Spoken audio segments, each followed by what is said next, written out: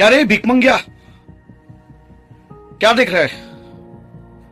हाँ, पैसे दे दो मालिक, मेरे पैसे दे दो, हक के पैसे दे दो। हलवाई क्या?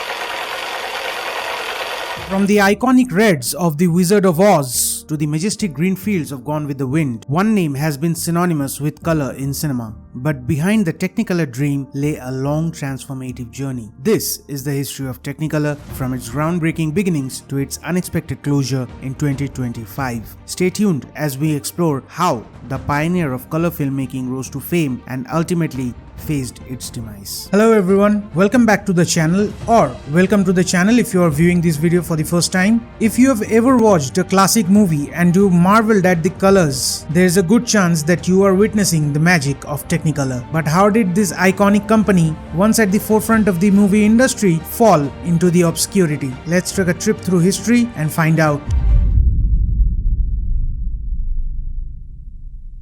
In 1915, three pioneers, Herbert Kalmus, Daniel F. Comstock and Willard S. Boyle, founded Technicolor in Massachusetts. They had one goal: to revolutionize how the world saw film. At the time, color movies were virtually non-existent, with the most films produced in black and white. Technicolor's first breakthrough came in 1922 when they introduced the two-color process. This allowed the filmmakers to capture red and green light, creating an early form of color film. While the results were limited in range, it was a step forward. However, it wasn't until 1928 that Technicolor would truly change the industry with its revolutionary three-color process. In 1935, Technicolor's three-color process made its big debut in the film Becky Sharp, directed by Ruben Mamoulian. This breakthrough allowed filmmakers to capture full-color images, laying the groundwork for an explosion of vibrant films in the years that followed.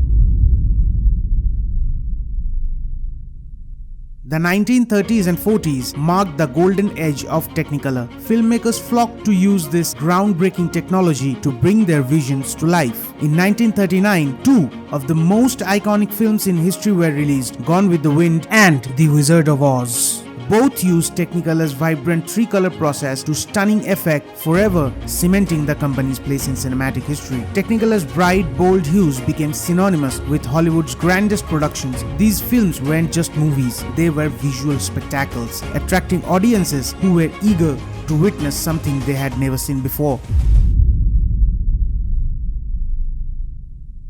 But the 1950s and 60s brought significant challenges. With the rise of television and more affordable color film options from companies like Eastman Kodak, Technicolor found itself facing stiff competition. By the late 1950s, their dominance in the film industry began to wane. Eastman Color, a cheaper alternative to Technicolor, was quickly adopted by the filmmakers. Meanwhile, the rise of television in the 1950s, which initially used black and white, began to erode the dominance of color cinema as viewers grew accustomed to the smaller screen format.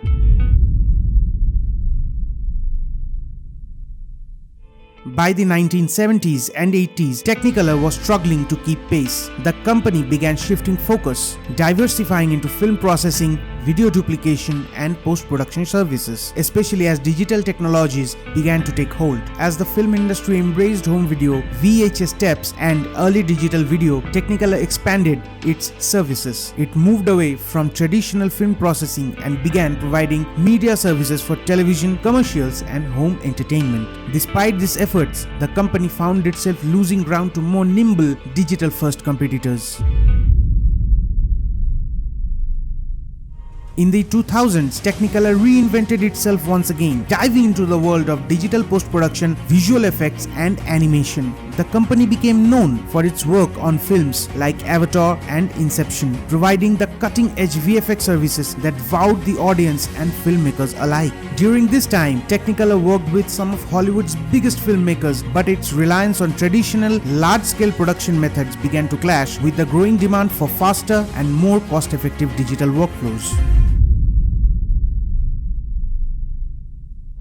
By the 2020s, Technicolor was facing an uphill battle. The rise of streaming platforms and the demand for rapid digital content production led more to nimble competitors stepping into the scene. Technicolor, now struggling to adapt to the digital-first world, was bleeding money. The company faced several obstacles: rising competition from smaller, more agile companies, the shift to streaming services, and the increased use of digital cinematography. Technicolor's once revolutionary technology was no longer enough to keep pace with the ever-evolving industry. In 2025, 24th February, Technicolor announced it would officially close its doors. The reasons? Financial losses, competition from digital knife companies, and an inability to keep up with the demand of rapidly changing entertainment landscape and the mismanagement by the company heads. The company that once brought color to the silver screen was now a relic of the past. Though Technicolor's operations will cease, its legacy remains imprinted on the history of cinema. From the early experiments in color films to the vivid masterpieces of Hollywood's golden age, Technicolor forever changed the way we experience movies. It may be gone, but it will never be forgotten. So there you have it, the rise and fall of Technicolor, a company that once revolutionized the film industry only to be outpaced by the technologies that it helped pioneer. What do you think about the end of Technicolor? Do let me know what you are thinking in the comment section, and don't forget to like the video, and also don't forget to subscribe to the channel. Thanks for watching. See you next time.